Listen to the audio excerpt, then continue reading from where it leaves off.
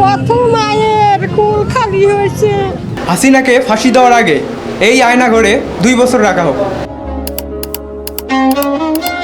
মনে আছে আপনার সেই ঐতিহাসিক 36 জুলাইয়ের কথা? স্টুডেন্টদের যে হত্যা করছে গুলি করে, এইগুলো দেখছি বেশি আর কি। শেখ হাসিনার যে 17 বছর একটা স্বৈর শাসন, সেটা একটা অবসানই হচ্ছে জুলাই।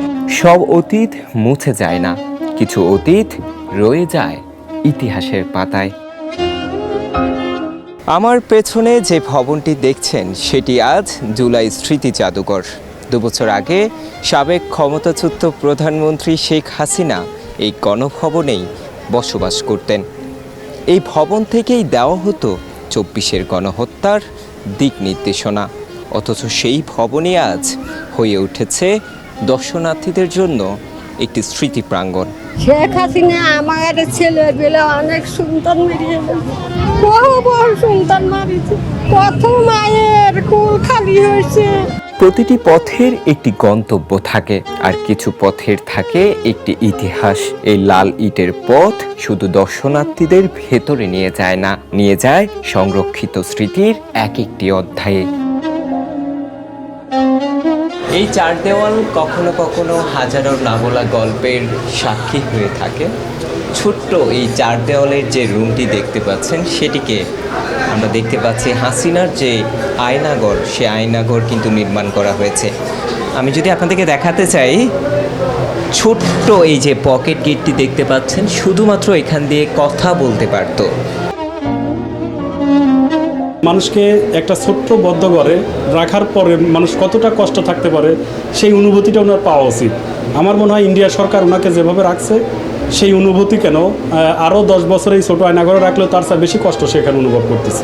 নীরবতারও একটি ভাষা আছে, আর সেই ভাষা সবচেয়ে বেশি অনুভব করা যায় ঠিক এই জায়গায়। ক্যামেরার পেছনে যে দৃশ্যটি দেখছেন, এটি জাদুঘরের অন্যতম আকর্ষণ। এখানে আসা অনেক দর্শনার্থী কিছুক্ষণ থেমে যান, চারপাশটা নীরবে দেখেন। মনে হয় এই প্রাঙ্গণের প্রতিটি কোণ যেন একটি গল্প বলছে।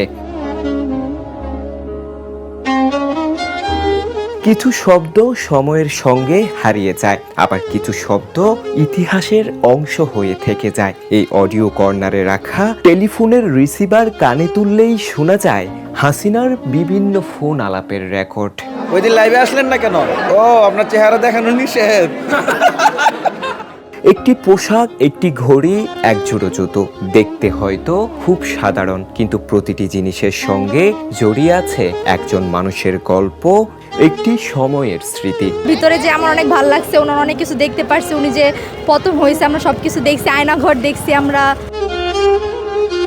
সময় থেমে থাকে না, কিন্তু স্মৃতি থামিয়ে রাখা যায় না। ইতিহাস শুধু দেখা যায় না, অনুভবও করা যায়। এই অংশের ভিডিও, তথ্যচিত্র ও ডিজিটাল প্রদর্শনীর মাধ্যমে দর্শনার্থীরা আরও কাছ থেকে জানতে পারেন 24-এর 36 জুলাইয়ের নানা ঘটনা। সব কবর মাটির নিচে থাকে না, কিছু কবর বেঁচে থাকে মানুষের স্মৃতিতে। আমার পেছনে যে প্রতীকী কবরস্থানটি দেখছেন, এটি 24-এর বীর শহীদদের স্মরণ ও শ্রদ্ধার এক নীরব প্রতীক।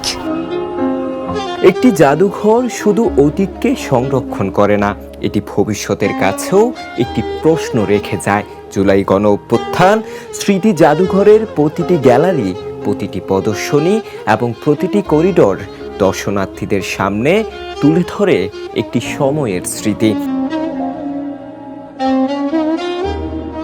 Farhad Hossain, the news, Dhaka.